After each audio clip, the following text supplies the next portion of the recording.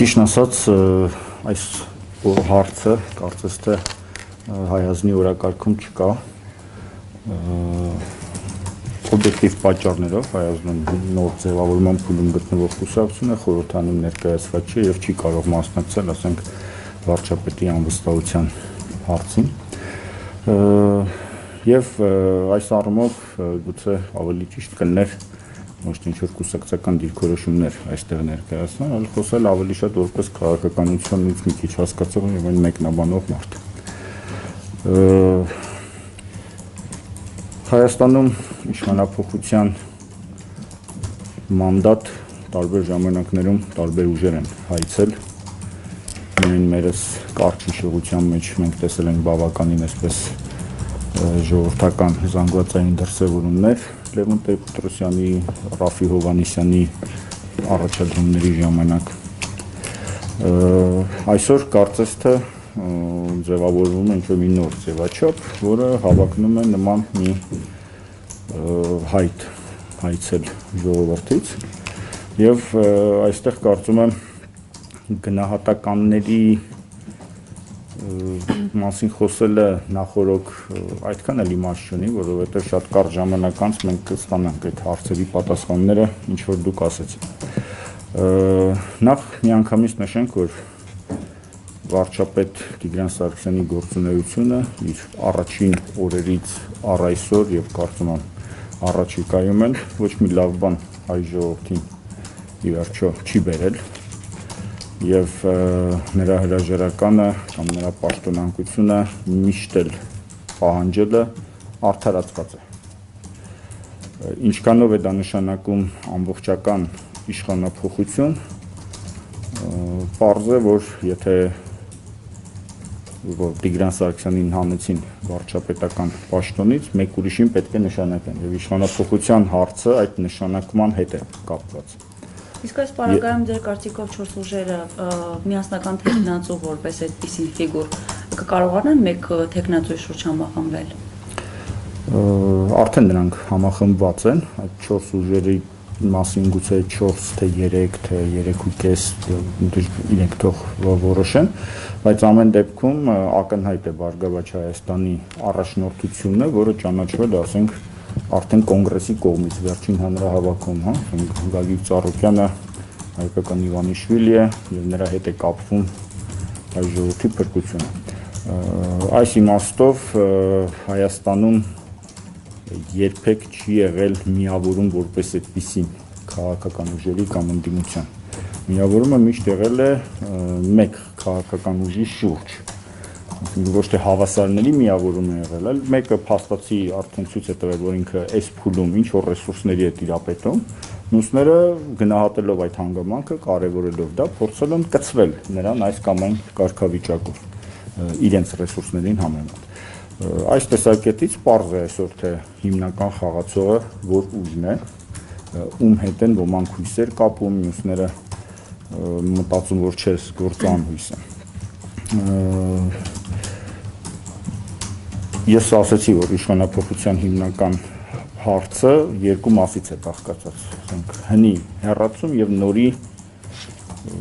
նշանակում կամ ընտրություն։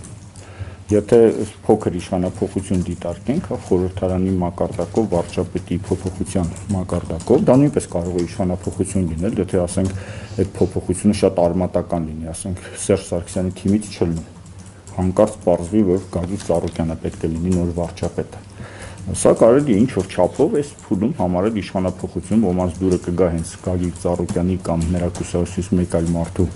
վարչապետ դառնալը, ոմանց դուրը չի գա, բայց դա կարելի է գնահատել այս փուլում որպես իշխանափոխություն, հետո այնուամենայնիվ Բարգավաճը այս պահին գոնե իրեն ընդդիմադիր է դիրքավորել։ Սակայն եթե ասենք Տիգրան Սարգսյանին փոխարինի օրինակի համար Վիգեն Սարգսյանը, սա արդեն կարելի է համարել ձախողված իշխանափոխության փորձ։ Ես չեմ պատրաստվում հիմա այս առումով կանխատեսումներ անել, ժամանակը իսկապես շատ կարճ է եւ հարցն էլ այդքան կարեւոր չէ։ Կարևորը մյուս հարցն է, թե ինչքանով ժողովուրդը սրան կաջակցի։ Նույն Բարգավաճի առանձին ներկայացուցիչներ արդեն խոսում են ժողովրդական աջակցությամբ, փողոցի հրապարակի աջակցությամբ իշխանություններին ինչ որ մի բան պարտադրելու մասին։ նաև ոչ է արվում բոլոր հասարակական կազմակերպություններին եւ ոչ իշխանական կուսակցություններին բոլորին համախմբվել։ Այդ դուք որպես Հայաստանի ներկայացուցիչ, եթե այդ կոչը կամ անձամբ ձեր կուսակցությանը առաջարկվի, դուք պատրաստ եք միանալ կառավարությանը անվստահություն հայտնելու։ Ես ասի, որ այդ օրակարգը մեզ մոտ չկա, մենք նման հարց չենք էլ քննարկում, անկախ նրանից թե քանի անգամ մեզ կառաջարկվի, երբ կառաջարկվի, ու պատճառները շատ հստակ են։ Մենք այդ process-ին օբյեկտիվ պատճառներով այսօր չենք կարող մասնակցել։ Բարգավաճ Հայաստանը, կոնգրեսը, մյուսները մի քանի 100,000 ընտրազանգված ունեն։ Չեմ կարծում, որ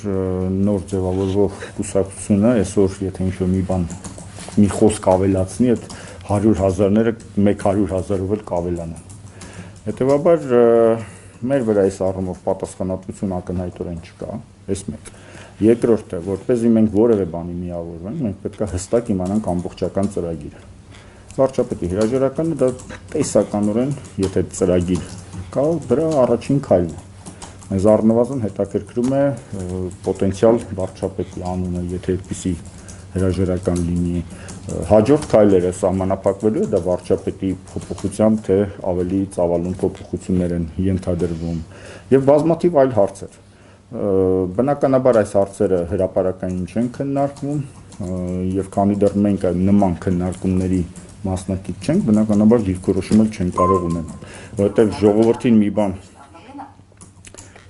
մի բան կոչ անելուց առաջ պետք է պատասխանատվություն ունենալ նաև հետևանքները գրելու համար։ Մենք քանի որ չգիտենք այդ հետևանքները ինչպիսին են, բնականաբար պատասխանատվությունը չենք կարող ստանձնել այս հանգամանքով։ Շատ լավ է։ Քաղաքականությունը միշտ էլ երկու բանի գումար է եղել՝ շոուի եւ պայքարի։ Անկամ ամենալուրջ պայքարող ուժերը երբեմն ստիպված են ինչ-որ բեմականացում անել, ցույց տալու համար իրենց ուժը, իրենց ինքնուրույնությունը, անկախությունը։ Ես ավելի հանգիստ եմ վերաբերում, չեմ ուզում այսպես պիտակավորումներ անեմ, սա շոու է, մյուսը շոու չի։ Չէ, կան գործողություններ, ինչ անում են, թող անեն, եթե դա արդյունավետ է, կարճ ժամանակ հետո կերևա դրա արդյունավետությունը։ Միակ բանը, որ պետք է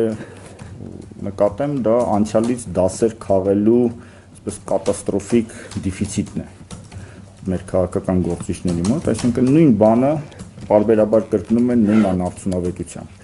Եթե դա ընդամենը նշանակում է, որ մենք սենց առանձին ինչ-որ մի բան ենք մեզնից ներկայացնում եւ ինքներս ինչ-որ ծրագիր ունենք, խնդիր չկա, մարդիկ էլ կարծեմ հենց այդպես էլ գնահատում են, թե ներգրավված ակտիվ գործիչները, մեկնաբանողները, թե հասարակ ժողովուրդը։ Հասարակ ժողովրդին, երբ որ առիթ տրվում է, միշտ էլ իր արձագանքը շատ օբյեկտիվ է լինում, հա, կլինի դա ընտրության ժամանակ կամ այսպես հրապարակային գործընթացների ժամանակ, միշտ էլ ժողովուրդը արձագանքում է օբյեկտիվորեն գնահատելով այս կամ այն ուժի հեռանկարը։ Պետք է նաև հասկանալ, որ իսկապես անձերի ժամանակը անցել գնացել է, կուռքեր իհարկե դեռ կարող են առաջանալ, պարբերաբար փորձում են մարդիկ հենց այդ հին տեխնոլոգիայով այսպես կուռքեր նոր ձևավորել, բայց Լևոն Տեր-Պետրոսյանի 2008 թվականի արդյունքներից հետո կարծում եմ այլևս որևէ կուռք չի կարող դրանից ավելի լավ արդյունք ձևավորել։ Հետևաբար այդ ճանապարհը արդեն ի սկզբանե կարծես թե դատապարտված է եւ այն քաղաքական ուժերը, որոնք կփորձեն հերթական կուռքին մատուցել հայ ժողովրդին, շատ արագ կստանան դրա պատասխանը, այսինքն ցածր տոկոսների տեսքով ընտրությունների ժամանակ, հրապարակների սակավամարտությամբ եւ այլ ձևերով։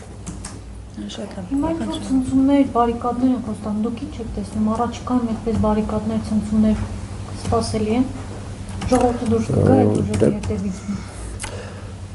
Եթե ուժը իսկապես բարիկադ է խոստանում, այլ ոչ թե ասում է։ Ցավոք սրտի ժողովուրդը դուրս կգա ցանկացած բարիկադ կառուցողի հետևից, եթե դա իսկապես բարիկադ կառուցող է։ Բարիկադ կառուցելը ինքնին է շոուի էլի մաս է, դրական իմաստով, բացական իմաստով չեմ ասում, որը ժողովրդին հաղորդում տալիս, որ տեսեք, մենք դուրս ենք եկել լուրջ պայքարի։ Ժողովուրդը կարող է շատ չհետաքրքրվել, թե բա դրանից հետո ինչ է լինելու։ Ասենք քաղաքական գործիչները երրորդ կողմի պարտավոր են հետոյի մասին էլ մտածել եւ դրա մասին էլ զգուշացնել ժողովրդին, բայց որպես կանոն այդ զգուշացումները անիմաստ են, անարդյունավետ են, կամ ժողովուրդը դա հետին թվով է հասկանում, որ այդ զգուշացումները ճիշտ են։ Օրինակի համար, ասենք